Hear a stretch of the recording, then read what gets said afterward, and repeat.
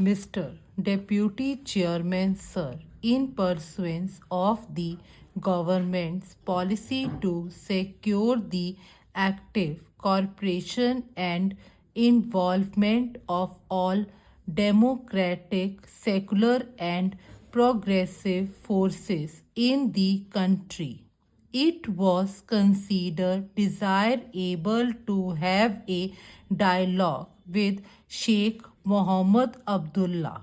Honorable members are aware that Sheikh Abdullah had played a notable part in the freedom struggle and in the accession of the state of Jammu and Kashmir to the Indian Union.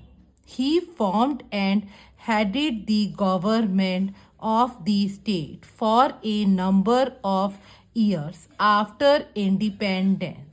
Despite the differences which led to the subsequent estrangement, it seemed clear from the public statements made by Sheikh Abdullah as well as personal talks with him that his commitment to basic national ideals and objectives had remained unchanged. He reaffirmed that the accession of the state to the Indian Union was final and irrevocable. This main area of concern was about the legal and constitutional changes made after August 1953.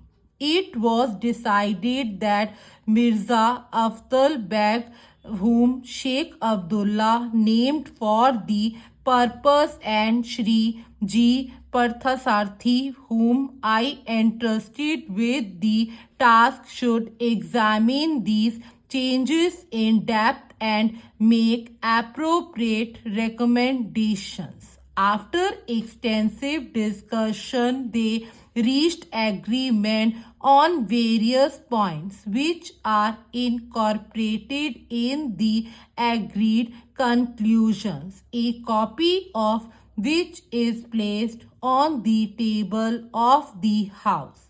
These conclusions form the subject matter of further discussions at a political level, in which Sheikh Abdullah and the Chief Minister of the state and Sardar Swaran Singh participated. As a result of these, an understanding has been reached as disclosed in the letters exchanged between me and Sheikh Abdullah, copies of which are placed on the table of the House. I shall refer to certain basic features of the understanding. The agreed conclusions have been formulated within the framework of the Constitution of India. The constitutional relationship between the state of Jammu and Kashmir and the Union will continue as it has been, and the extension of further provisions of the Constitution to the state will continue to be governed by the procedure prescribed in Article 370. There will be no weakening of the ties which exist between the Union of India and its constituent units, of which the state of Kashmir and Jammu and Kashmir is one. Stop.